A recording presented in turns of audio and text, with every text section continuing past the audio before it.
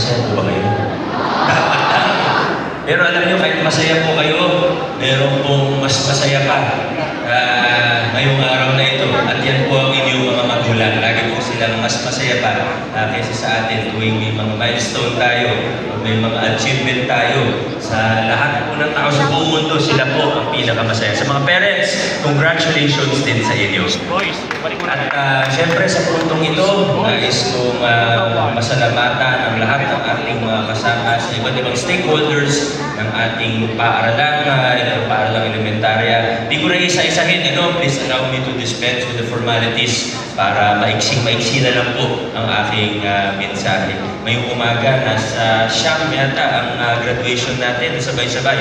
At syempre, hanggat maaari, gusto nating makapunta sa bawat isa para mabati. At meron pa tayong mga activities na iba pa. Alam niyo na po kung ano po yun.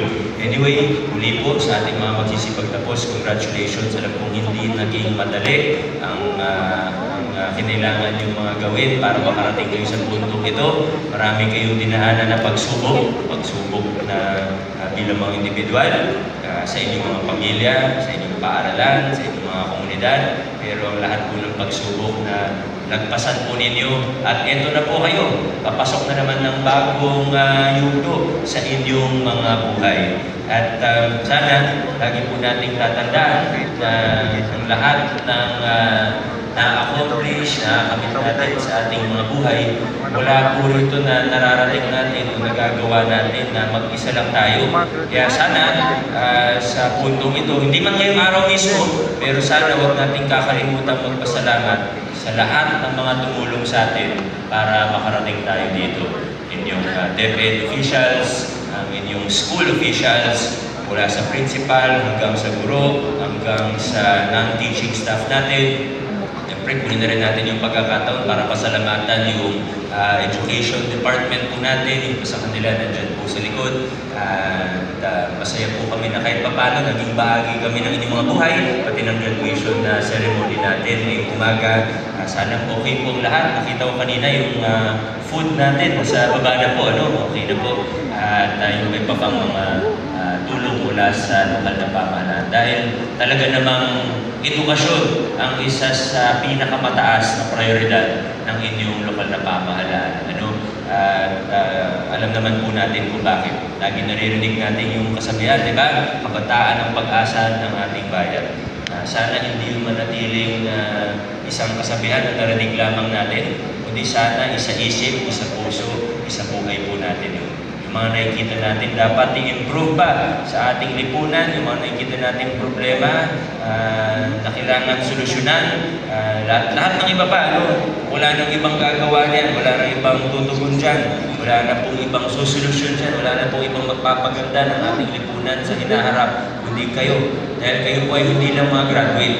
Ito sana tandaan po natin, hindi lang kayo basta ordinaryong mamamayan ng ating lipunan, kundi kayo po ang future leaders ng ating lungsod. Kayo ang future leaders ng ating bayan.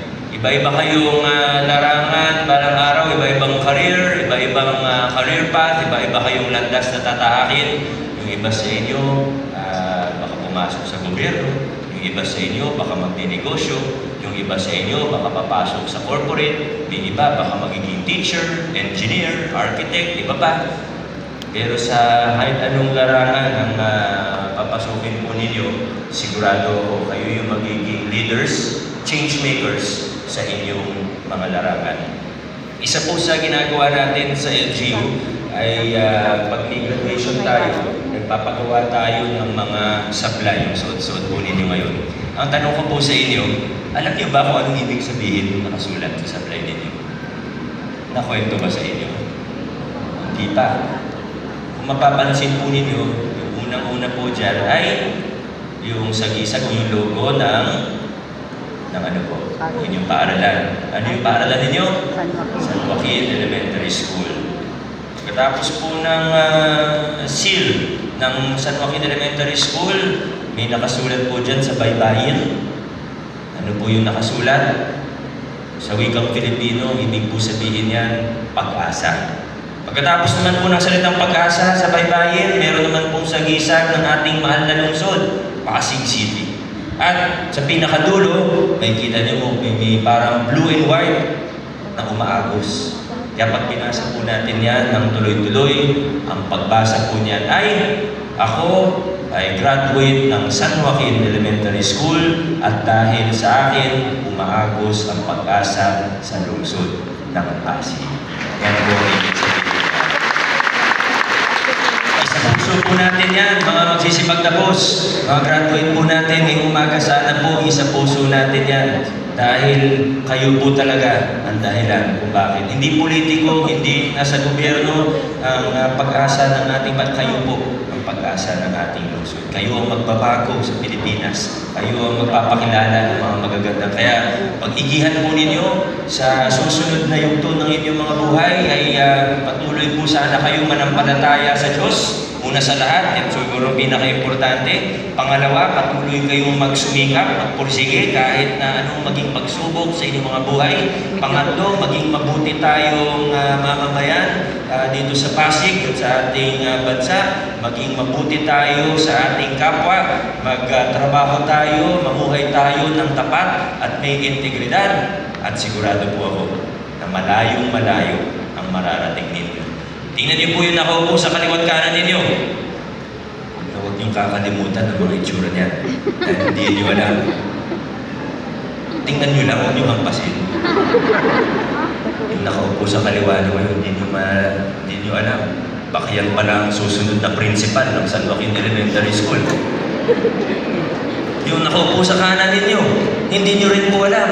Baka yan ang susunod na mayor ng lungsod ng Pasig. Hindi natin masasabi. Diyos lang ang may alam kung ano ang nasa hinaharap po natin. Basta tuloy-tuloy lang po kayo. Kami naman, masaya po kami na kahit papaano naging bahagi kami ng inyong mga buhay.